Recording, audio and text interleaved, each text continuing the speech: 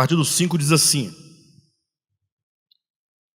pois não foi a anjos que sujeitou o mundo que há de vir, sobre o qual estamos falando. Antes alguém em certo lugar, e aqui ele faz referência ao texto anterior, antes alguém em certo lugar deu pleno testemunho dizendo: que é o homem que dele te lembres, ou o filho do homem que o visites? Fizeste-o por um pouco menor que os anjos, de glória e de honra o coroaste, e o constituíste sobre as obras das tuas mãos. Todas as coisas sujeitaste debaixo dos seus pés. Ora, desde que ele sujeitou todas as coisas, nada deixou fora do seu domínio. Agora, porém, ainda não vemos todas as coisas a ele sujeitas. Vemos, todavia, aquele que por um pouco, tendo sido feito menor que os anjos, Jesus, por causa do sofrimento da morte, foi coroado de glória e de honra, para que pela graça de Deus provasse a morte por todo homem. Porque convinha que aquele por cuja causa e por quem todas as coisas existem, conduzindo muitos filhos à glória, aperfeiçoasse por meio de sofrimento o autor da salvação deles. Então veja que o apóstolo, ele reúne Gênesis 1:26, ele toma o testemunho de Davi e ele traz uma solução. Daí nós devemos observar que ele começa trazendo uma chave para o entendimento. Versículo 5 começa assim: olha, pois não foi a anjos que sujeitou o mundo. Não está aí na sua Bíblia assim? Pois não foi a anjos que sujeitou o mundo que há de vir. Ah, então não é o mundo. Então, quando você olha para a Escritura, olha o que Paulo está dizendo. Deus criou um mundo, Gênesis capítulo 1. Está criado? Mas esse mundo criado, ele profetiza, ele tipifica, ele aponta para o mundo que há de vir. Então a Escritura trabalha nesse jogo de espelhos, né? Trabalhando com um protótipo, com um símbolo, com um tipo que aponta para uma realidade. Então o mundo para Deus só estará completamente adequado de acordo com a vontade divina quando chegarmos no mundo que há de vir. Então Deus ainda está trabalhando na obra da criação deste mundo. Lembra o que Cristo fala lá em João capítulo 5, versículo 17? Ele diz: o meu Pai trabalha até agora e eu trabalho também. No exato contexto em que os fariseus, os escribas, os líderes da religião judaica questionavam a Cristo por que ele trabalhava ou permitia que as pessoas trabalhassem em dia de sábado. Ou seja, o sábado para os judeus era o fim da criação. Deus criou, concluiu, pronto, nada mais resta fazer. Agora segue o descanso. Jesus fala: não, meu Pai ainda continua trabalhando, porque esse mundo criado originalmente, ele aponta para um mundo vindouro. Então o mundo que há de vir é o mundo em que se cumpre a vontade eterna de Deus. Então aquilo que está em Gênesis capítulo 1, versículo 26, é um texto profético, porque ele não se cumpriu ainda. E lá você tem Deus criando o homem com um propósito. O homem é criado para governar. Só que, como diz Davi, nós não vemos isso acontecer. Por quê? Porque Deus ainda está caminhando para o mundo que há de vir. Do mesmo modo que existe um mundo prototípico, né? Um mundo simbólico, um mundo que, embora concreto, esse que nós vivemos, mas ele, quanto à sua natureza, ele é profético, aponta para o mundo vindouro. Semelhantemente, o primeiro homem lá, Adão, ele também é um homem que representa. É o que está aqui no tópico 3º, em Romanos 5,14, quando Paulo diz o seguinte, que Adão prefigurava aquele que havia de vir. Então existe o mundo criado originalmente por Deus, que aponta para o mundo que há de vir, Gênesis 2,6, sim ou não? Vocês estão percebendo? Estão entendendo? O primeiro homem criado, Adão, que aponta para o homem que havia de vir, Então existe um mundo que há de vir e existe um homem que há de vir. Então nós temos aqui tanto o mundo vindouro como um homem vindouro, sendo que o primeiro mundo e o primeiro homem apenas apontam profeticamente para esse cumprimento. Então é isso que o apóstolo Paulo, ele diz claramente aqui: este homem, em quem se cumprirá todas essas coisas, é Jesus Cristo. Então, Jesus Cristo é este homem profetizado. Quando falamos, entretanto, de Jesus Cristo, nós devemos pensar de maneira ampla o cumprimento da vontade de Deus, do Pai, no seu Filho Jesus Cristo. Por quê? Todos já ouviram falar de Cristo, sim ou não? Mas quantos já ouviram falar do Cristo místico? O Cristo coletivo. No primeiro momento, isso parece soar meio nova era, não é? Meio esotérico, não é? De fato, mas a grande questão é que a maioria esmagadora dos crentes, eles pouco ouviram falar de verdades profundas das Escrituras, estão muito na superficialidade. Mas o fato é que não tenha medo de falar o Cristo coletivo, porque Cristo não quer dizer Deus. Não necessariamente se aplica à divindade. Tanto é, nós já falamos isso aqui, o termo Cristo quer dizer o ungido. Então, o Logos, ao se fazer carne, ele se faz homem para o cumprimento da profecia de Gênesis 1:26. Ele se faz homem para que nele se cumpra, para que ele seja o homem que haveria de vir, para que ele seja o homem profético que irá governar sobre todas as coisas. Agora, este homem, estamos olhando no âmbito humano, agora nós temos a encarnação do Verbo, estamos olhando para a sua humanidade, ele foi ungido. O Espírito Santo ungindo a Jesus de Nazaré, para que ele se tornasse o Cristo de Deus.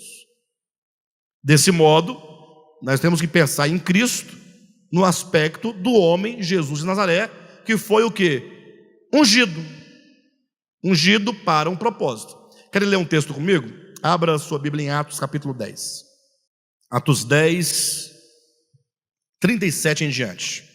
Vós conheceis a palavra que se divulgou por toda a Judeia, tendo começado desde a Galileia, depois do batismo que João pregou, como Deus ungiu, olha a palavra ungir aí, a Jesus de Nazaré, com o Espírito Santo e com poder, o qual andou por toda parte, fazendo bem e curando a todos os oprimidos do diabo, porque Deus era com ele. Então veja, ungiu a quem? A Jesus de Nazaré. Então quando fala de Jesus de Nazaré, Jesus foi o nome dado ao filho de Maria. Maria não gerou um menino que tinha carne, tinha sangue, ossos, músculos. Não nasceu lá em Belém? Sim ou não? Ele não foi criado em Nazaré? Quando a Bíblia fala Jesus de Nazaré, está apontando diretamente para o homem mesmo, nascido e criado e que foi crucificado. O homem, não a Deus, que é eterno, que não tem princípio de dias nem fim de existência, não ao Logos eterno, mas se refere a esse Jesus que foi ungido. Então esse Jesus, homem ungido, ele é feito Cristo. Talvez é o que esteja também em Atos capítulo 5. Abra na sua Bíblia aí e veja com clareza capítulo 2 de Atos, versículo 36, olhem aí. 2,36. Esteja absolutamente certa, pois toda a casa de Israel, que a este, quem é Jesus? Não é o homem, nascido de Maria? Que a este Jesus que vós crucificaste, Deus o fez Senhor. Então o Cristo foi feito. Jesus de Nazaré foi feito o Cristo. Ele foi ungido, estabelecido e ordenado para ser o homem profético, em quem se cumpre a profecia de Gênesis 1:26, para ser o homem que haveria de vir. Essa distinção ela é básica, não é? Até porque se nós quisermos nos referir ao Logos enquanto Deus, divindade, Não precisaria pensar nada disso, porque ele sendo Deus, ele já reina, ele já é Senhor, ele já é tudo. Deus não tem que alcançar nada, porque ele é. Então, essa economia divina se cumpre em Jesus, que é constituído o Cristo. Portanto, o Cristo está vinculado ao cumprimento de profecias, o Cristo está vinculado à humanidade, o Cristo está vinculado ao cumprimento da obra de Deus por meio de Jesus de Nazaré. Então, nesse sentido, esse é o Cristo individual. Mas esse Cristo individual, ele se torna o cabeça de um corpo. Efésios capítulo 1, versículos 19, 20, 21 e 22, quando diz que o mesmo poder que operou na ressurreição de Cristo, tirando-o do sepulcro, ressuscitando-o dos mortos, e que o elevou acima de todo nome que se possa referir, ele constituiu esse Cristo por cabeça do seu corpo, que é a igreja. Aí nós passamos a ver esse Cristo individual é o cabeça, é o líder, é o principal, mas que a ele foi dado um corpo, esse corpo que vai ser o corpo de Cristo. Daí os crentes falam sempre, né? Não, a igreja é o corpo de Cristo, que é um fato. Mas às vezes não param para atentar na grandiosidade do que vocês estão dito. Corpo de Cristo é o corpo dele. É o corpo dele. Ou seja, se ele é o cabeça, nós somos o corpo, então você é membro desse corpo de Cristo. Então você está integrado a Cristo. Você faz parte de Cristo. E portanto você é Cristo. Já viram isso na Escritura? Querem ver um texto bem forte? 1 Coríntios capítulo 12, versículo 12. Porque assim como o corpo é um, e tem muitos membros, e todos os membros sendo muitos, constituem um só corpo, vírgula, assim também com respeito a Cristo. Esse texto ele tem duas partes. E entre as duas partes tem uma conexão, tem um nexo. Vocês conseguem descobrir onde está o nexo desse texto? Se você vir o nexo, você já vai ver as duas partes.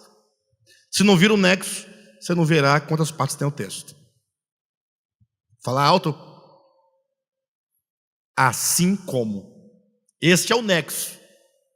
Então veja que ele diz, olha, assim como o corpo tem... É um, não é?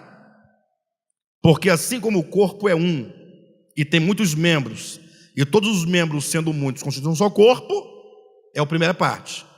A segunda parte, assim também,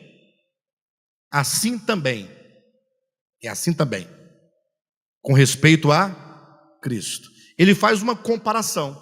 É como que ele diz assim, você quer entender como é Cristo? Como é?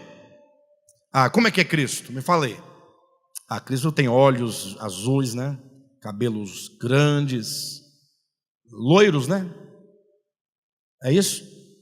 Como é Cristo? Barba, né? Aquela descrição europeia, né?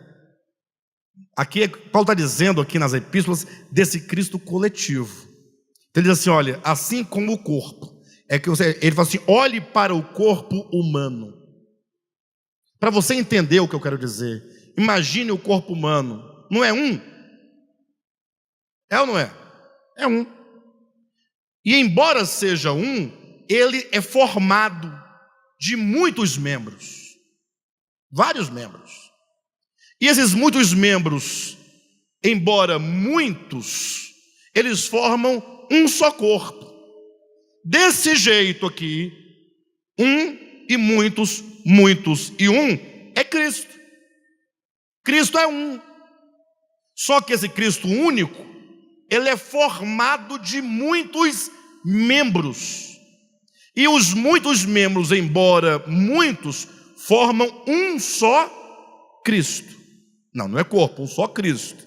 Ele compara o corpo a Cristo. Muitos membros formam um só corpo. Esse Cristo ele é formado de muitos membros, e os muitos membros formarão um só Cristo. Ou seja, ele está dizendo aqui, então, desse Cristo coletivo, que nós chamamos também de Cristo místico, no sentido de que ele não é algo tangível, palpável, dessa terra, dessa natureza. Ele é algo espiritual.